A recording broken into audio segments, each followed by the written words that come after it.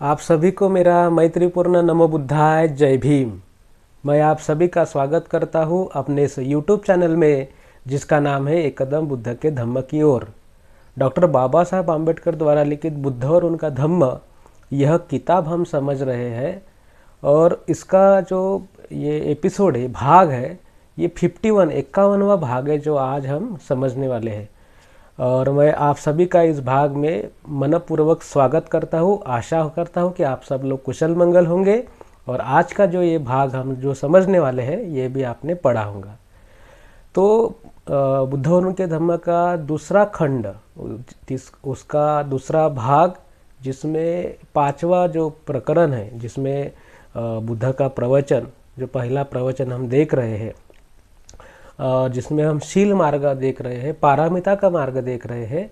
इससे पूर्व हमने शील देखा कि शील पारमिता क्या होती है, नैष्क्रम्य क्या होता है, तो ये भी हमने जाना है। तो आशा करता हूँ कि आप सब लोगों को वो जो चीज़ है, वो बातें हैं, वो समझ में आई होंगी। तो जानते हैं कि आज का ये जो भाग है, जिसमें हम जानने वाले हैं कि दान पारमिता। तो ये पारमिता यानी क्या होता है कि जीवन में परिपूर्णता लाने की अवस्थाएं होती है। एक व्यक्ति अपने जीवन में परिपूर्णता कैसे ला सकता है? देखिए, तो पहली बात होती है कि जब हम खुद को प्रशिक्षित करते हैं, खुद को एक अच्छा आदमी बनाते हैं। बुद्ध ने पहले ही प्रवचन में पहले ही दिन कहा था कि हर व्यक्ति की ज़रूरत है, हर व्यक्ति को चाहिए कि उसे अच्छा आदमी बनना है, कि वो अच्छा आदमी बने। अगर वो अच्छा आदमी बनता है तो अच्छा आदमी क्या होता है? गुण संपन्न व्यक्ति होता है, जो खुद एक अच्छे गुणों से विकसित होता है, अच्छे गुणों से ओतप्रोत होता है। उससे पूर्व भी उसने उस गुणों को आत्मसात करने से पहले एक बात जरूरी होती है कि अपने खुद के अंदर की जो अकुशल चित्त प्रवृत्तियां है उसको वो नष्ट करे। मैं आपको एक उदाहरण देके इसमें बता सकता हूँ कि मान लीजिए कि कोई विद्वान व्यक्ति है, पढ़ा लिखा है, समझदार है, तो ऐसे तो देश में, विश्व में तो बहुत सारे लोग मिल जाएंगे, ढेर सारे मिल जाएंगे, स्कॉलर मिल जाएंगे, साइंटिस्ट मिल जाएंगे, विद्वान मिल जाएंगे। लेकिन क्या उनकी जो धारणा है, उनका ये जो नॉलेज है, वो किस दिशा में है और किस लिए उन्होंने प्राप्त किया है, किस लिए उन्होंने प्राप्त किया है, यह बात विचारने योग्य है, विचार करने योग्य है कि उनकी जो यह विद्वत्ता है, उनकी ये समझदारी है, उनकी ये जो उन्होंने पदवियाँ प्राप्त की हो, जो कुछ भी हो, तो वो किस उद्देश्य से प्राप्त की गई है। तो एक अगर हम देखते हैं कि लोगों का एक स्टेटस होता है, लोग अपने स्टेटस के बारे में सोचते हैं। उनको लगता है कि हमारे पास में ज़्यादा से ज़्यादा पावर हो, हम ज़्यादा से ज़्यादा लोगों से अलग हो, श्रेष्ठ हो, ये ऐसे उनकी भावना होती है, धारणा होती है। और जिसके के लिए जो है ना, हम दूसरों से अलग होने चाहिए, इसी के लिए वह क्या करते हैं, इन सभी चीज़ों को वो प्राप्त करते हैं। अगर मान लीजिए कि चावल के दाने सफ़ेद होते हैं, अगर चावल के कोई दानों को हमने एक काला कलर लगा दिया तो क्या हो जाएगा कि चावल के दाने तो चावल के दाने हैं, लेकिन उनका कलर अगर काला हो गया तो वो सभी जो बाकी के जो दाने हैं चावल के, तो उसमें वो अलग पहचाने जा सकते हैं, उसको अलग करा जा सकता है, निकाला जा सकता है। तो इसीलिए खुद को दूसरों से अलग दिखाने के लिए कुछ लोग है ना, इस तरह की जो विद्वत्ताएं हो, उच्च शिक्षण हो, उच्च डिग्रियां हो, उच्च पद हो, है ना, जो IAS हो, UPSC हो, तो उनको धारण करने की कोशिश करते हैं कि वो दूसरों से अलग जान पड़े, मालूम पड़े। इसलिए तो उनको पावर चाहिए वगैरह वगैरह, जो कुछ भी है, उनकी जो इच्छाएं होती है, उन बड़ा घर है ना, बड़ा आलीशान बंगला, करोड़ों की स्टेट, जो कुछ भी हो, मैं उसमें डिटेल में नहीं जाना चाहता। वो सब आप लोग खुद को सवाल पूछिए कि हमें अलग क्यों बनना है, हमें संपत्ति की आवश्यकता क्यों है। इन सभी चीज़ों के सवालों के जवाब आप खुद ही दे सकेंगे।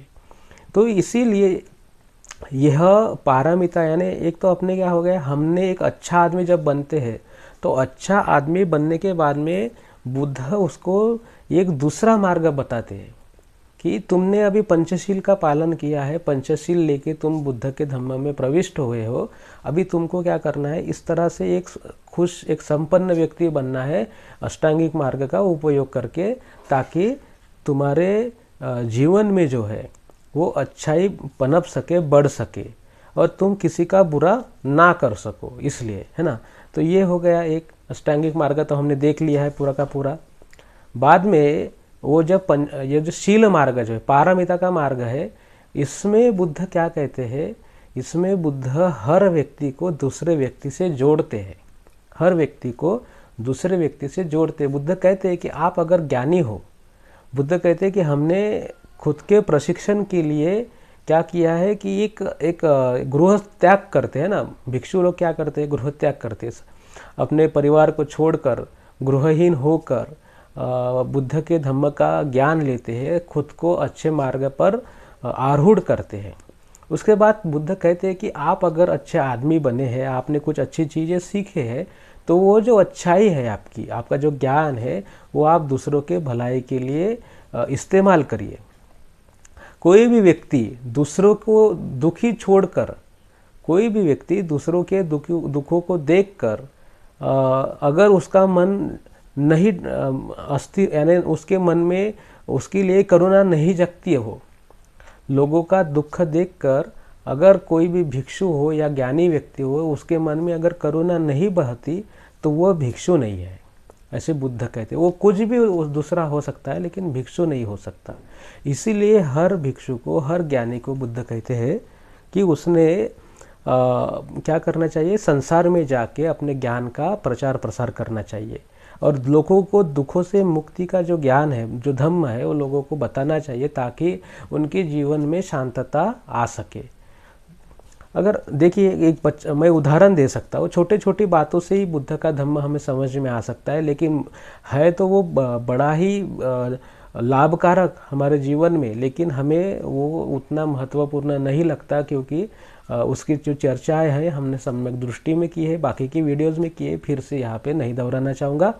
लेकिन ये देखिए कि आप अगर छोटे बच्चों को देखते हैं, तो छोटे बच्चों को क्या होता है कि उनके पास में जो चीज़ होती है वो उनको अच्छी नहीं लगती, लेकिन दूसरों के पास में जो चीज़ होती है वो उनको ज़्यादा पसंद आती है।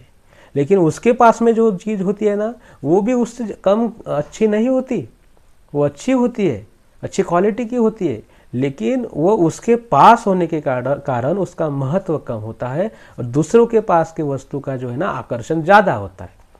तो इसी ऐसा ही होता है कि हमारे पास में सब कुछ होते हुए, हमारे पास में क्षमताएं होते हुए, हम क्या करते हैं, दूसरों के जो पास जो चीज़ें हैं उनके ऊपर आकर्षित होकर, उनके तरफ आकर्षित होकर खुद को एक दुख के खाई में लौटते हैं, जिसे हम तृष्णा कहते हैं। और दूसरी जो बातें हैं, तो वह क्या करते हैं कि मैंने जैसे बताया कि कोई आदमी वैसा की वैसा ही रहे, और खुद को हम उठाए, खुद को ऊंचा बनाए, और दूसरों को गिराए, नीचे गिराए, दूसरों की क्षमताएं कम करे, उनका हौसला कम करे, वह आदमी विकसित ना हो, अच्छी जो चीज़ें हैं, यानी कोई नौकरी हो, कोई शोहरत हो, प्राप्त ना कर सके, इसलिए उसको भी दबाए रखिए। ऐसे भी लोग करते हैं। तो ऐसा ना हो, है ना, यह जो चीज़ें ना हो, इसलिए बुद्ध का धम्म जो है सर्वश्रेष्ठ है, मानव जाति के कल्याण का एक मार्ग है। तो इसमें दान पारमिता, मैंने आपको अभी इसकी प्रस्तावना समझाई है दान पारमिता की। देखिए, हर लेक्चर तो कई घंटों का, कई दिनों का हो सकता है, लेकिन मैं मैंने प्रयत्न करता हूँ कि कम से कम समय में, कम से कम शब्दों में आपको ये जो बुद्ध का जो सागर से भी गहरा जो धम्म है वो आपको समझाने की कोशिश कर सकूं, और हम सब समझ सके। तो दान पारमिता क्या है? दान यही होता है कि आप दूसरों की भलाई के लिए खुद की संपत्ति, खुद का शरीर के अंग, रक्त और जान भी आप किसी के भलाई के लिए, और उससे परत यानी कुछ वापस मिले, है ना, उससे कुछ हमें परतावा मिले, वापस मिले, इसके बगैर, इसकी इच्छा किए बिना हमने वो चीज़ें है ना दान करनी चाहिए। हमारा शरीर दान करना चाहिए, शरीर के अंग दान करने चाहिए, रक्त की बूंद दान करनी चाहिए, जान भी दान कर देनी चाहिए, संपत्ति भी दान कर देनी चाहिए दूसरों की भलाई के लिए। यह होती है दान पारमिता। तो भलाई, अगर हम इसको एक ऐसे दृष्टि से देखें कि सिर्फ ये एक पारमिता है, दान पारमिता, तो हमें देखिएगा कि ये एक नकारात्मक सोच होती है कि भाई देखिए कोई व्यक्ति आता है और हम सोचते हैं कि उसको कुछ चीज़ें दे देंगे तो अच्छा हो जाएगा। कुछ मैंने एक व्यक्ति है वो रोज़ आपको कुछ मांगता होगा तो आप उसको रोज़ 10 रुपये, 20 रुपये, 100 रुपये, 50 रुपये देते होंगे। 2 दिन में देते होंगे, 1 हफ्ते में देते होंगे नहीं, एक व्यक्ति को नहीं तो दूसरे व्यक्ति को देते होंगे। आपको लगता होगा कि आप दान कर रहे हैं, लोगों का भला कर रहे हैं। लेकिन बुद्ध कहते हैं कि मेरा जो धम्म है वो किसी भी बात को सिर्फ एक दृष्टि से नहीं देखता। यानी बुद्ध का धम्म एक मध्यम मार्ग है। तो किसी भी तत्वज्ञान को बुद्ध एक ऐसे यानी एक छोर से नहीं देखते, उसको दोनों छोर से देखते हैं और मध्यम में रखते हैं। आप अगर कोई चीज़ किसी व्यक्ति को दे रहे हैं, कोई व्यक्ति आता है आपके पास डिमांड करता है कि भाई 5 रुपये दे दो, 10 रुपये दे दो, आप देते हैं, है ना, दूसरे दिन दूसरों को देते होंगे। लेकिन इससे क्या होता है, उनकी जो गरज होती है, उनकी जो ज़रूरत है वो कुछ समय के लिए दूर हो जाती है। मैं ऐसा नहीं कहता कि उनको आदत लगती है, हो सकता है कि उनकी क्षमताएं ना हो, है ना, इसलिए उनको रोज़ पैसा मांगना पड़ता होगा, रोज़ उनकी ज़रूरतें पूरा करने के लिए उनको लोगों से पैसा मांगना पड़ता है, जिसे आप भीख कहते हैं। लेकिन देखिए, अगर हम ऐसा सोचते हैं कि हमें एक दान पारमिता का अवलंब करना है, तो हमें ये सोचना चाहिए कि कोई व्यक्ति को इस तरह की परिस्थिति ही निर्माण ना हो कि उसको किसी के सामने हाथ फैलाने पड़े। अगर हम बुद्ध जो है ना किसी एक ही व्यक्ति की जवाबदारी के बारे में नहीं बोलता, बुद्ध का धम्म ही व्यक्ति का जब संबंध आता है तो तभी बुद्ध का धम्म उदय में आता है। तो हमें एक ऐसा समूह भी बनाना चाहिए जो धम्म का आचरण करता हो। उस संघ के साथ में मिलकर अगर हम दान पारमिता का एक ऐसा एक उदाहरण प्रस्तुत कर सकते हैं कि कोई व्यक्ति को किसी प्रकार से किसी के सामने हाथ फैलाने की, भीख मांगने की ज़रूरत ना पड़े, तो जाके उस दान पारमिता का परिपूर्णता हो सकती है। नहीं तो क्या होता है कि आज हमने किसी को 10 रुपये दे दे कि ज़रूरी नहीं है कि उसके 10 रुपये में ज़िंदगी भर उसका जो समस्या है वो सॉल्व होगी, नहीं है ना। ऐसी ज़रूरत तो, ऐसी व्यवस्था तो नहीं हो सकती। इसलिए हमने कुछ ऐसी चीज़ें बनाई कि मान लीजिए कि किसी लोगों ने कुछ कारखाना खोल दिया, किसी लोगों ने कुछ अनाथ आश्रम खोल दिए, कुछ अच्छी चीज़ें कर दिए, तो जिससे क्या होता है कि लोगों को रोजगार प्राप्त होता है ना। कोई बच्चे छोड़कर जाते हैं तो उनके लिए हमने आश्रम खोल दिया है, बोर्डिंग चलाई है, स्कूल चलाए है। तो उसको क्षमता बढ़ाइए, उस व्यक्ति की क्षमता बढ़ाइए, उसको एक स्टेबल बनाइए, एक विकसित व्यक्ति यानी उसके याबल जिसको हम बोलते हैं पात्र बनाइए, ताकि वो उसकी खुद की समस्याएं जो है उसको हल कर सके। तो दान पारमिता जो है ना बुद्ध ने जो बताई है वो ऐसे बहुत से तरीके से विकसित होने वाली है। नहीं तो आप तो किसी को दे रहे हैं तो आपके अंदर से तो देने की भावना हो रही, लेकिन उसको वो आदत भी लग सकती है ना, वो रोज़ रोज़ मांग सकता है। तो इसी तरह से जो है ना प्रज्ञा जिसे कहते हैं कि शहानपना, जो समझदारी जो होती है ना, तो वो उसके साथ में ही सभी पारमिताओं का अभ्यास करना पड़ता है। एक आदमी सर्वश्रेष्ठ बने और एक आदमी कमज़ोर बने, ये बुद्ध का धम्म नहीं है। एक क्या होता है कि मैं यहाँ पे और कुछ आपको बताना चाहूँगा कि मान लीजिए कि ये भौतिक जो चीज़ें होती है, ये भवसागर में जो प्राप्त होने वाली चीज़ें जो होती है ना, वो कोई आदमी किसी को देना नहीं चाहता। मान लीजिए कि आपका मकान है, आपकी इच्छा है वो लोगों की सेवा करने की, लेकिन आप अपने मकान में कितने लोगों को रख सकते हैं, है कि नहीं। तो मकान हम किसी को दे नहीं सकते, हमारा वो एक आश्रय होता है, तो वो देना भी अच्छा भी नहीं होता है ना। तो एक यानी इसमें डिटेल्स में बात हम करेंगे बाकी। लेकिन आपके पास 1000 रुपये, तो वो भी कितने लोगों को दे सकते हैं आप, 1000 रुपये, है कि नहीं। तो उसमें आपका भी खर्चा आता है। तो वो जो है ना, वो जो चीज़ें है उसको मर्यादा होती है या हम नहीं देना चाहते हैं। लेकिन जो क्षमता होती है ना, वो ज्ञान जो होता है, जिसको हम एबिलिटी बोलते हैं, पात्रता बोलते हैं, जो आपके पास में होता है ज्ञान, जिससे आपने वो 1000 रुपये कमाए, जिसने आपने वो घर बनाया, जिस ज्ञान से बनाया, जिस एबिलिटी से बनाया, अगर आप उसको, उस व्यक्ति को एबल बनाते, उसकी एबिलिटी बढ़ाते, उसको पात्रता धारण करने की क्षमता उसकी बढ़ाते हैं ना, उसको पात्र बनाते हैं, तो वह भी जो व्यक्ति है ना, यानी हम बहुत से लोगों को पात्र बना सकते हैं, हम बहुत से लोगों को ज्ञान दे सकते हैं, विद्वान बना सकते हैं, हमारे समान बना सकते हैं कि नहीं। तो यह चीज़ें यानी ज्ञान बांटने से कभी घटता नहीं है, अपने पास का वो उतना ही रहता है जितना हमारे पास में है कि नहीं। लेकिन उसकी जो क्वांटिटी होती है लोगों, यानी आप एक ज्ञानी हो गए तो और एक वो आपने बता दिया कोई चीज़ तो वो भी ज्ञानी हो गया, है कि नहीं। एक डॉक्टर है तो उसने अपनी जो ज्ञान है एक व्यक्ति को बताया, तो वो दूसरा भी व्यक्ति अभी वैद्य हो गया, डॉक्टर हो गया, है कि नहीं। तो वो भी लोगों की सेवा कर सकता है, रोगों का निदान कर सकता है। तो इस तरह से है बुद्ध का धम्म, जो व्यक्तियों की क्षमताएं बढ़ाता है, क्षमताएं बढ़ाने की बात करता है, उसको ही बोलते हैं दान। परिपूर्णता लाना, एक समान होना। कोई ये बुद्ध का धम्म यानी आपने अपने अंदर खूब जो खूबियाँ है अर्जित कर ली है, संपत्ति अर्जित कर ली है, गुण अर्जित कर ली है, और आप समाज से अलग हो गए, है ना। ऐसा बुद्ध नहीं चाहते कि आप समाज से अलग हो। वो बुद्ध कहते हैं कि आप अच्छे आदमी बने हैं, आपने अच्छी चीज़ें धारण की है, अच्छे आपने जो नॉलेज है वो गेन किया है, प्राप्त किया है, तो अभी क्या करिए कि वो लोगों को भी जो दुख में पिछड़े हैं, दुखी है, उनको भी आप अपने साथ में ले, उनकी भी क्षमताएं आपने बढ़ानी चाहिए।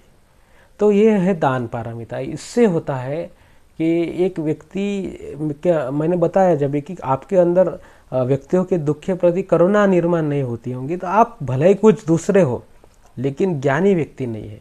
तो इसीलिए क्या होता है कि बहुत से लोग जो क्या होते हैं कि आपकी प्रेरणाएं जो है, कि मैंने एक जगह पे भी बताया था, हमारे बुद्ध विहार में पिछले बुद्ध पूर्णिमा के समय में मैंने बताया था कि आप जो ज्ञान प्राप्त करते हैं या कुछ भी आप प्राप्त करते, तो आपकी जो प्रेरणा, मैंने जब अभी भी बताया था, तो प्रेरणा जो होती है ना, तो भलाई की प्रेरणा होनी चाहिए, लोगों के कल्याण की प्रेरणा होनी चाहिए। अगर लोगों का कल्याण होगा तो हमारा कल्याण होगा। अगर आपने करोड़ों रुपए प्राप्त कर लिए, लोग बेरोजगार हो गए, लोगों के पास में रोजगार नहीं, तो आपकी संपत्ति वो लूट के चले जाएंगे, अराजकता निर्माण हो जाएंगे। इसलिए लोगों के कल्याण के लिए ही आपने कुछ यहाँ पे अर्जित करना चाहिए। लोगों का भलाई होंगी तभी हमारा भी उसमें भला होगा। हर व्यक्ति का यह दायित्व होना चाहिए, किसी को इसमें छूट नहीं है, हर व्यक्ति का दायित्व है। हर व्यक्ति को हमें खुद को इसलिए अच्छा बनाना होता है कि हम किसी को अच्छा दे सके, किसी का अच्छा कर सके। तो यह एक जो दान पारमिता होती है, तो जिससे एक व्यक्ति प्रेरित होता है कि लोग वो देखता है कि एक कलेक्टर मान लीजिए, कि उदाहरण देता हूँ, उदाहरण से जो है ना धम्म को ज़्यादा अच्छा समझा जा सकता है। एक आपको अधिकारी बनना है, कलेक्टर बनना है। अगर एक व्यक्ति को पूछा जाए कि आपको क्या बनना है, वो बोलता है कि हमें IAS ऑफिसर बनना है, कलेक्टर बनना है, तो उसका सवाल, दूसरा सवाल कि उसके क्यों बनना है। तो कोई बोलते हैं हमारे माता पिता की जो है एक इच्छा है कि मैं ऑफिसर बनूं, कलेक्टर बनूं। कोई बोलता है कि मुझे बड़ा एक ओहदा प्राप्त करना है, हमारे समाज में जो है एक प्रतिष्ठा मिलनी चाहिए, पावर मिलना चाहिए, उसका जो स्टेटस होता है तो वो मुझे प्राप्त हो। इस तरह के जो जवाब है वो लोग देते हैं। पर जो व्यक्ति ऐसा कहता है कि मुझे जनसेवा करनी है, ये यानी मन से उसके आना चाहिए। आप कोई लोग तो बोल देते हैं ऐसे कि अलग जवाब देना है करके, लेकिन जो खुद की प्रेरणा जिसकी जनसेवा से आती है, लोगों के भलाई से आती है ना, तो वो व्यक्ति जो है ना, वो लोगों की भलाई के लिए IAS ऑफिसर बनना चाहता है, ना कि खुद का स्टेटस बढ़ाने के लिए। तो वो क्या करता है, उसके पावर का, उसके अधिकारों का, उसके क्षेत्र में जो है ना महत्तम उपयोग करता है, महत्तम इस्तेमाल करता है। महत्तम अगर हम इस्तेमाल करते हैं तो बहुत से लोग, यानी उसकी प्रेरणा ही वो होती है। जैसे कोई आपका पेपर हो, एग्ज़ाम हो, तो आप किस तरह से 24 घंटे स्टडी करते, क्या उसमें कोई कायदा होता है, कोई नियम होता है कि आपको 24 घंटे स्टडी करनी है? कोई सरकार ने बंधन लगाया होता है कि आपको 24 घंटे करना है कि नहीं? या तो 8 घंटे मजदूर काम नहीं करना चाहते, उनको छुट्टी चाहिए होती है, जल्दी घर जाना चाहते हैं, है ना। तो हमारे अगर स्टडी है, हमारे एग्ज़ाम है, तो हम कैसे करते हैं, 24 घंटे स्टडी करते हैं। कोई लोग बहुत से पढ़ते हैं कि नहीं, सोते भी नहीं है। तो उस तरह से वो प्रेरित होते हैं कि हमारा समय, हमारा हर एक क्षण, हमारे हर एक एबिलिटी, हम वह क्या करता है, इस्तेमाल करता है लोगों के भलाई के लिए। हर एक सेकंड उसके मन में एक ही इच्छा होती है कि मैं कितने लोगों का भला कर सकता हूँ। तो इस तरह से हम देखते हैं कि महत्तम उपयोग वो व्यक्ति करता है, क्योंकि वो प्रेरित होता है जनता की भलाई के भावना से, है ना। इसलिए मैं हर व्यक्ति को यही बोलता हूँ, मेरे दोस्तों को भी बोलता हूँ कि आपको ये समझना चाहिए कि आपकी जो ज़िंदगी है ना, वो अमूल्य है, अमूल्य, जिसका कोई मूल्य ही नहीं, वह उसकी कीमत नहीं लगा सकती, वो अमूल्य है। तो हर समय आपने खुश रहना चाहिए, हर समय आपने यह समझना चाहिए कि आप जो है एक प्रतिष्ठित व्यक्ति है। खुद को कभी कमज़ोर मत बनाइए, खुश रहिए और हम खुद को मोटिवेट बनाए रखिए। अपनी जो क्या धैर्य जो होता है ना, वो बनाए रखिए। और आप जो खुद अच्छे बनते हैं ना, मन से खुद को स्ट्रांग बनाते हैं, अच्छी स्थिति में रहते हैं, तो आपके द्वारा अच्छे कार्य होते हैं। और मैं यानी आशा करता हूँ कि ये जो दान जो है कि पारमिता आपको समझ में आ रही होंगी।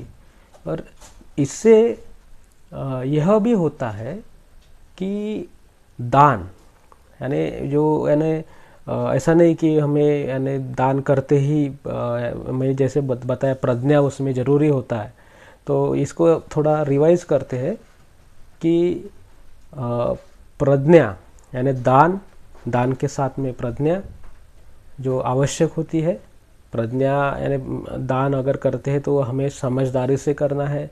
मध्यम मार्ग बताया है बुद्ध ने, तो मध्यमता से हमें यह सोचना है कि किस तरह से यह दान जो है वो जो हम करते हैं तो वो किस तरह से लोगों की भलाई के लिए उसका उपयोग, ना कि हमारे यानी समाज में अव्यवस्था बनाने के लिए, उसकी जो उसका परिणाम अव्यवस्था बनाने में ना होना चाहिए, नहीं होना चाहिए। तो बहुत सी चीज़ें मैंने यहाँ पे बताने का जो प्रयत्न किया है, और आशा करता हूँ कि आप सब लोगों को यह जो चीज़ें समझ में आई होंगी, जिससे क्या होता है कि एक यानी समानता बनती है ना।